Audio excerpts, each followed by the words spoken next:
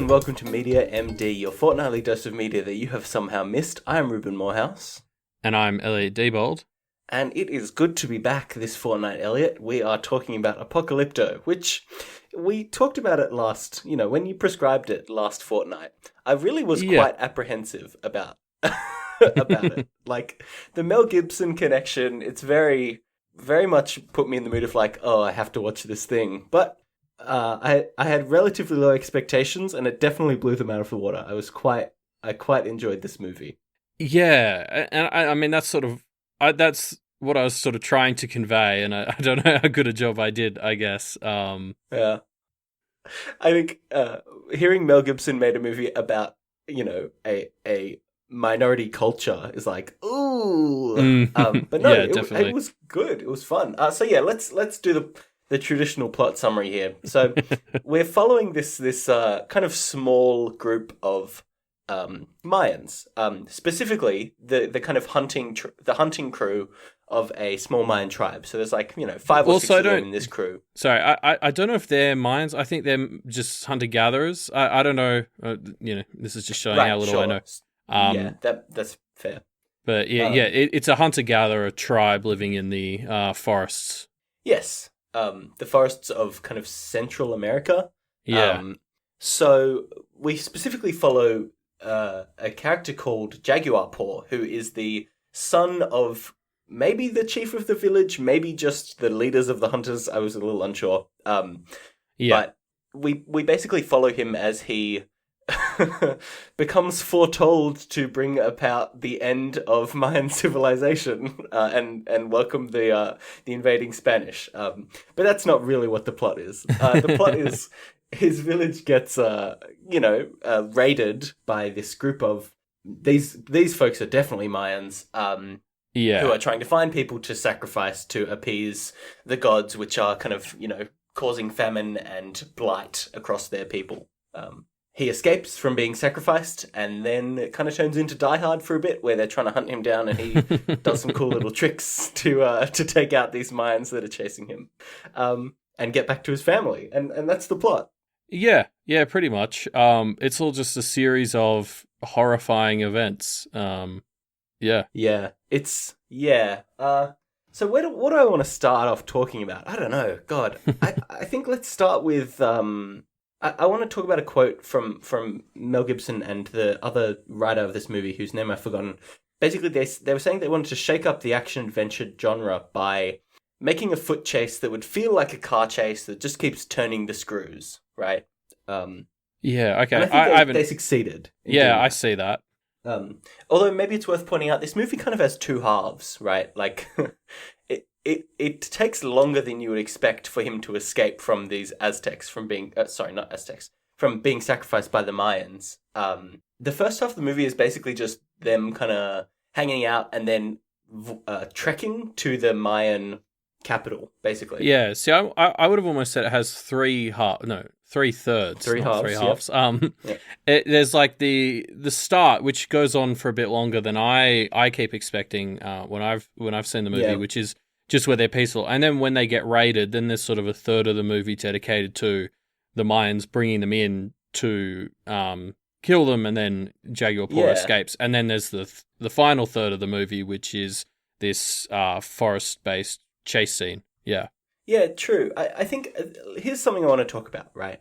So it's such a big trope nowadays that, like, oh, this main character, he has a family that makes him human, and that means we can relate to him, and then when stuff happens, we want him to succeed because he has a family, right? Like, that's a very common Hollywood trope, but this movie does it so well. Like, man, I really rooted for this character, and it's great because, this character isn't that unique. Like, he's a fairly standard character. It just was done so well. It was really well made. No, there's definitely that sense. So when the village first gets raided, he manages to hide his pregnant wife and son down in this sort of empty well type thing. Yeah, basically like a cave. Yeah, and then he gets captured, and he's getting dragged off, and you really do get this sense of shit. They're stuck down there now. Yeah, and it's I think it's worth pointing out that we get attached to the family and we get attached to the village, and it's not just his village is dead, now it's time for his story. The village doesn't just get wiped out. Like, the villagers are taken for the second third of the movie, and they're around, right? Yeah. It's not just, now this part's over and we get to his story. It's the villagers still exist. They're still all kind of there for most of the story. It's definitely Jaguar Paw's story, but they're the rest of the village, they're all traveling together. So they're all still around. Yeah, and that makes the connection he has to his village as a motivator, and the connection he has to his family by extension of that, so much stronger, I think. And that's really why you root for him as a character. Yeah. I thought that was really well done. And one more thing I want to say about that actually is the way we're introduced to Jaguar Paw. He's a jerk. In particular, I forget the name of the character, but the big guy who can't manage to impregnate his wife. His name is Blunted something. I'm not sure. Yeah, they're such assholes to him. Like, yeah. Yeah. So let me say what happens. So they're basically off on a hunting mission, and the first time we see Jaguar Paw, we're kind of taken through the perspective of this other guy in the hunting tribe, whose name is, I can't remember, it's Blunted something. He's basically this big guy, but everyone's giving him shit because he hasn't had any children yet. He's probably infertile or something that means that he and his wife can't have children. And they're making fun of him. And then Jaguar Paw they kill this not a pig, a tapir, I suppose. And they're all kind of allocating bits of meat. And Jaguar Paw gives him the balls of the tapir, and they're all making fun of him and saying he needs it for virility. And basically just kind of really like schoolyard jock style bullying him. Yeah, exactly. And it made me think, okay, well, this guy, Blunted, is obviously the main character. Jaguar Paw is kind of the jerk. Maybe they'll kind of find some mutual respect later on when they get raided or whatever. But no, Jaguar Paw is the main character, and it's just, it really showed this, like, really interesting perspective on him as a character. He's like, yeah, he makes fun of this guy, and they all kind of have this, play fighting aspect, but he really does care a lot about his village and about his wife and child specifically, and it makes him feel just much more of a real character, Yeah, definitely. I think what they were going for with Blunted guy is he's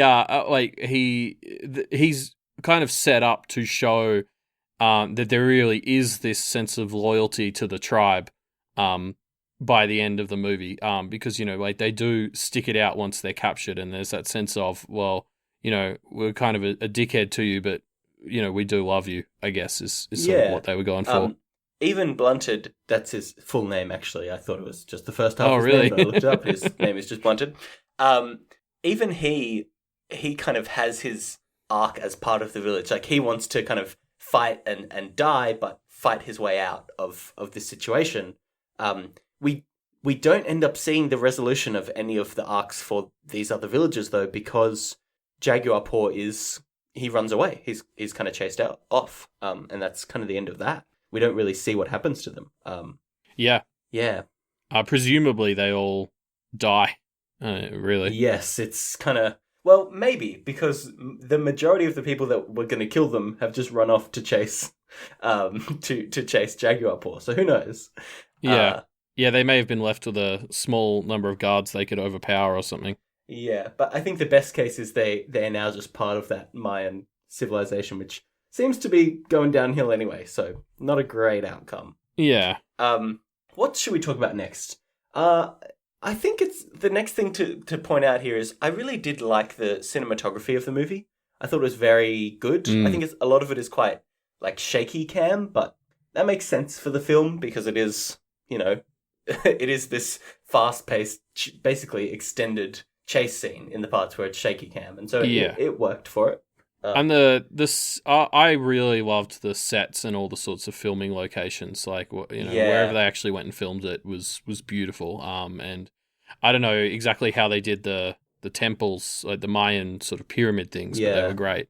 Yeah, they built these kind of replica Mayan temples, and there's parts where there's this incredible like set design, like all these characters all kind of painted in different colors, and it's like, it's beautiful. It's like, yeah. I don't know how historically accurate that party is. I tried to look it up and I couldn't figure out, whether they had these different colors to symbolize these different groups, but it worked so well both on a storytelling shorthand perspective and just like a fucking being beautiful to look at perspective. It was great. Yeah, so, I mean, because my understanding of the movie is that it's, it's not like a textbook, so there's some poetic license taken, but it's generally quite accurate. Like, I think some people have said they maybe, went a bit too far on making them, like, violent and stuff. Like, Mayans weren't all like that, but I think, like, overall, it deserves some credit for its historical, or its attempt to be historically accurate. Yeah, I think it has gotten quite a fair amount of praise for historical accuracy, but obviously Mel Gibson is a controversial figure, so there is a lot of criticism as well. Things like, the Mayans didn't really do these kind of sacrifices. They only sacrificed people that, like, were royal or had been treated really well or whatever. I think there are criticisms to make there, but it is a film for entertainment, and so they do take artistic license with it. I think it's worth talking about what the film is trying to say, because it does feel like a movie that has a message, right? Yeah. In fact, the movie opens with a quote, and I'm just going to read it out here. It's, a great civilization is not conquered from without until it has destroyed itself from within, by W. Durant. And that kind of tells us what the thesis of the film is. I was about to say that pretty much covers it. Yeah, because I have seen, I did see one criticism as I was prepping for the prescription 2 weeks ago, which sort of talked about how this person saw the message of the movie as being very pro the Spanish invasion, like it was like the Spanish saviors came at the end, which I thought was very interesting because that is the exact opposite impression I got. Like it was very much, I very much got a sense that the Spanish were arriving as conquerors that were going to make things worse. Like, the movie ends with Jaguar having his family, and they see the Spanish people, and Jaguar basically says, "No, let's get out of here and go into the forest." Yeah, let's not go near those guys. There's definitely a sense of out of the frying pan into the fire.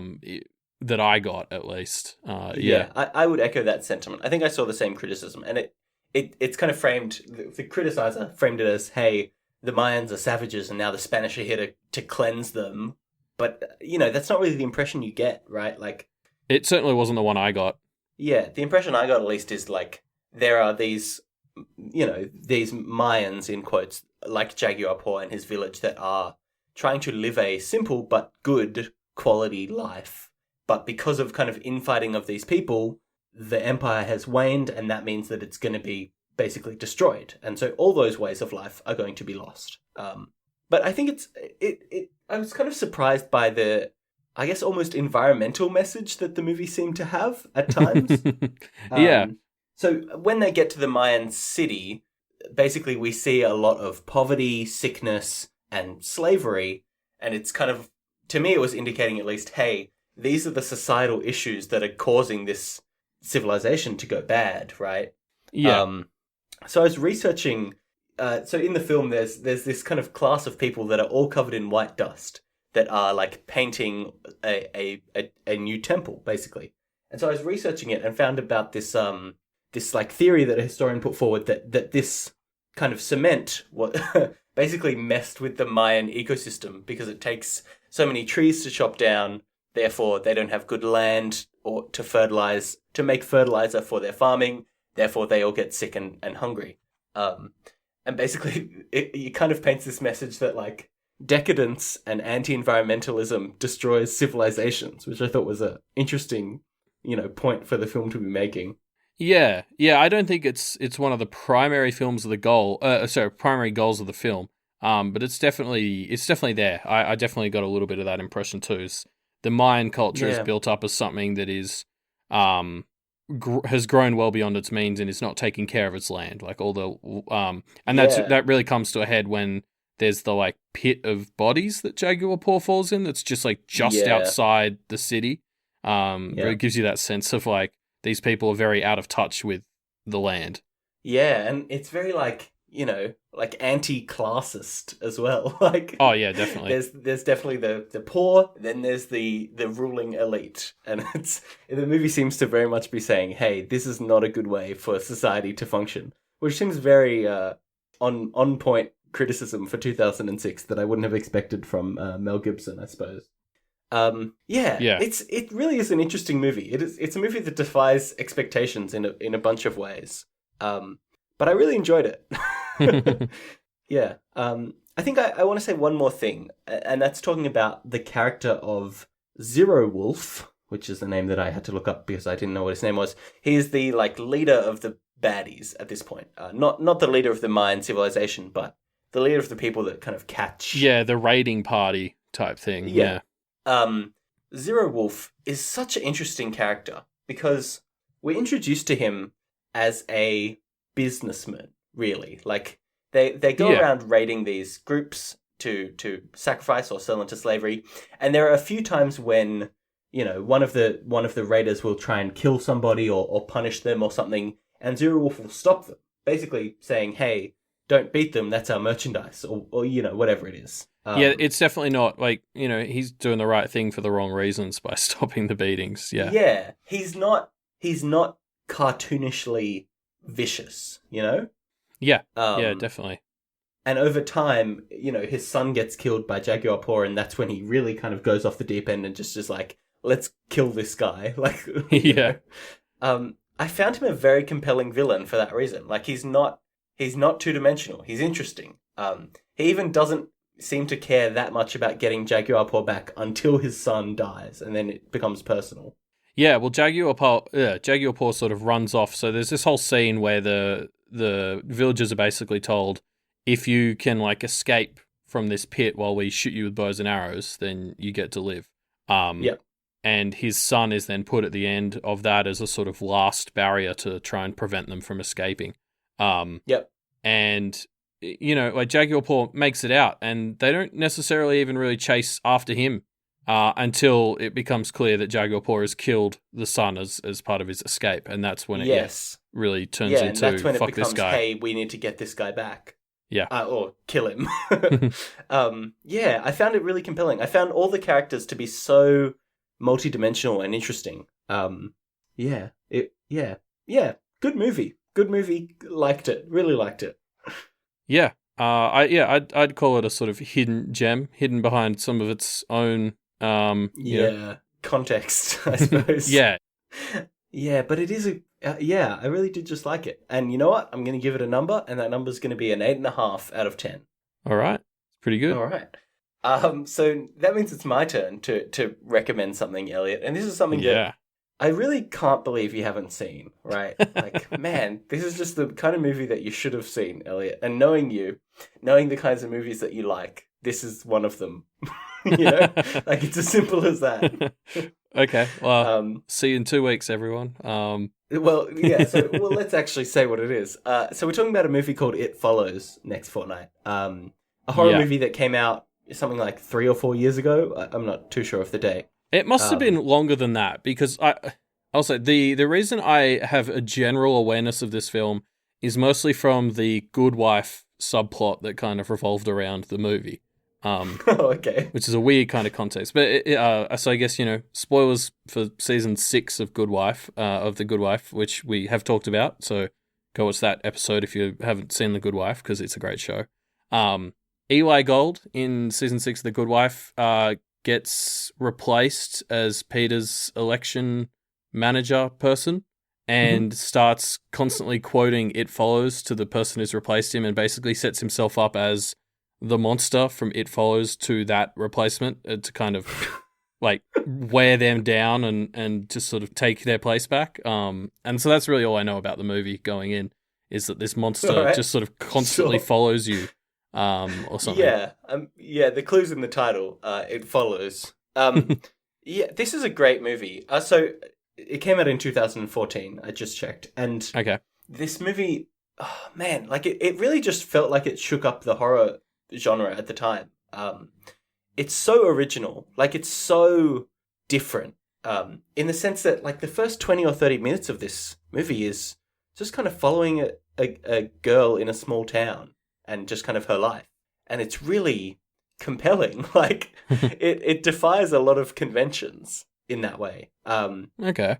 It's a beautifully shot movie. The cinematography is excellent. And the soundtrack to the movie is also really good. It's done by a guy called Disaster Piece, who, if you're into the video games soundtrack world, you'll know him. He did the soundtrack for, like, Fez, for a bunch of really well-known indie games. And he also did the soundtrack for It Follows. And it's great. There's a lot that I want to say about this movie, but obviously we'll save that for 2 weeks. In general, just a great, creepy, intense, well-shot, beautifully sounding horror movie. And I'm sure you will love it, Elliot. Okay, yeah, I look forward to it. Well, I guess that's the end of our show for this fortnight. Yeah. So make sure you shoot us an email. Our email address is mediamdpodcast@gmail.com. If you have any thoughts on It Follows or Apocalypto, we might feature your comments in the next episode. If you want to find the email address to do that, you can, and you don't remember it from when I just said it, you can check out our website, which is mediamdpodcast.com. That has links to our other show, Deep Impact, which is a cool show that you should check out, as well as our Twitter, our iTunes, so you can leave us a review if you'd like. All that good stuff, as well as all the clues for the MediaMD ARG. You can help us figure out just who is Dr. MD and why is his depiction of Mayan culture so close to being historically accurate. Elliot, why don't you tell the listeners this fortnight's clue? Watch. And we will see you next fortnight.